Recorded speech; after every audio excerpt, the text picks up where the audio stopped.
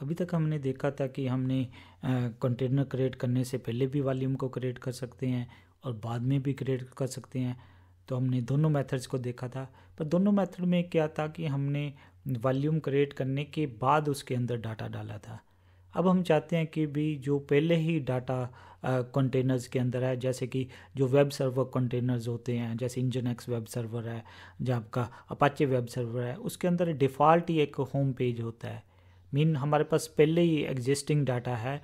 हम क्या करना चाहते हैं कि जो वॉल्यूम क्रिएट करना चाहते हैं कि जो एग्जिस्टिंग डाटा है उससे जो एग्जिस्टिंग डाटा हमारे पास कंटेनर्स में है।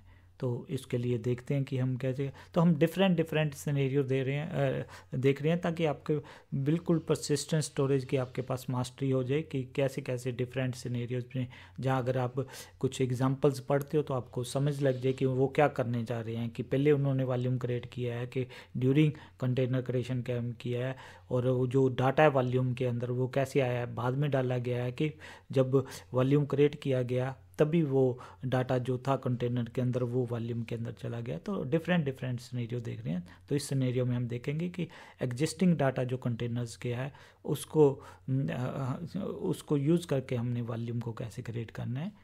तो उसके लिए हम क्या करेंगे, अपने एक कमांड चलाएंगे डॉकर कंटेनर रन -d। इस केस में हम क्या यूज़ कर रहे हैं, अपाचे वेब सर्वर का इमेज यूज़ करेंगे।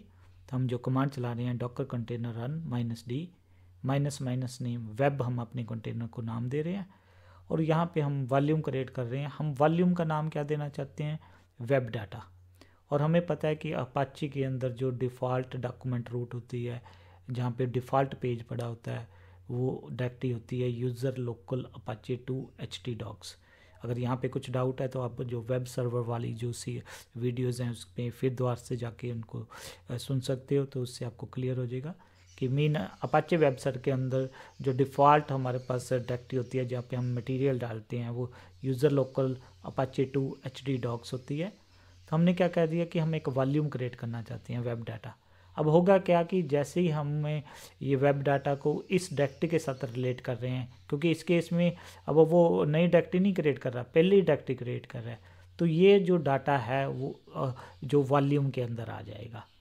तो जो बिकॉज हमने डायमंड मोड के अंदर स्टार्ट किया है तो हमारा प्रॉम्प्ट चेंज नहीं होगा, तो ये हमें एक कंटेनर आईडी शो कर देगा, और हम देखेंगे कि वो वॉल्यूम बन गया कि नहीं बन गया। किस कमांड से, डॉकर वॉल्यूम ls से। तो जैसे ये कमांड चलाते हैं हमें ये नज़र आ जाता है कि हमारा एक वेब डाटा वॉल्यूम क्रिएट हो गया। और कैसे चेक करेंगे, अगर डिटेल में जाना है तो हम Docker volume inspect web data, तो जैसे ये कमांड चलाएंगे तो ये हमें शो कर देगा कि var lib docker volumes web data वाला फोल्डर बना दिया, उसके अंदर अंडरस्कोर डाटा है। तो इसमें हमने क्या किया है, हमने जो वॉल्यूम का नाम वेब डाटा स्पेसिफाई कर दिया है, और हम इसको किसके साथ लिंक कर रहे हैं, जो पहले ही डायरेक्टरी प्रेजेंट है वेब सर्वर के अंदर अपाचे ये वाली उसके साथ। तो अपाचे सर्वर की इमेज का नाम क्या होता है, httpd। तो जैसे ही हम इसको करेंगे ये हमने डिटेल में चले गए। अगर हमने देखना है कि उसके अंदर डाटा कौन सा है तो ls वो हम पाथ दे देंगे var lib docker volumes web data underscore data.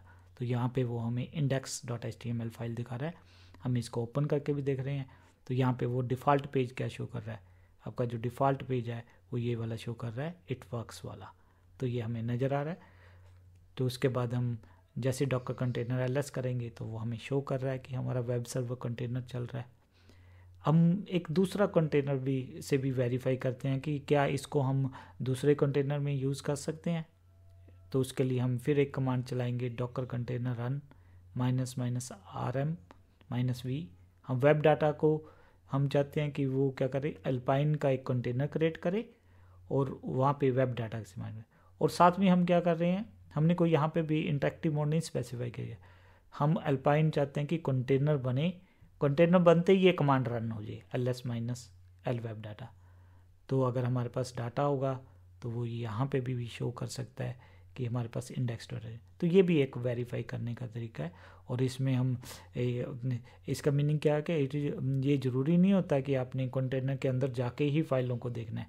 तो कंटेनर को क्रिएट करते टाइम भी आप कमांड को स्पेसिफाई करते हो, और क्योंकि हमने rm कमांड चलाया तो जैसे ही ये कमांड चलाएंगे वो हमें डाटा दिखा देगा, उसके बाद कंटेनर रिमूव हो जाएगा। तो ये वेरीफाई किससे होता है, डॉक्टर का कंटेनर ls से हमें वेरीफाई भी हो जाता है कि हमारा ये कंटेनर डिलीट हो गया, ये वाला है।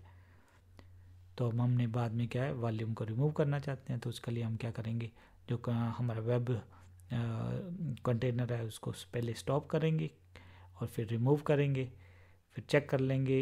अभी रिमूव करने के बाद भी हमारा वॉल्यूम है, और उसको रिमूव करने के लिए हम क्या करेंगे, Docker volume remove web data.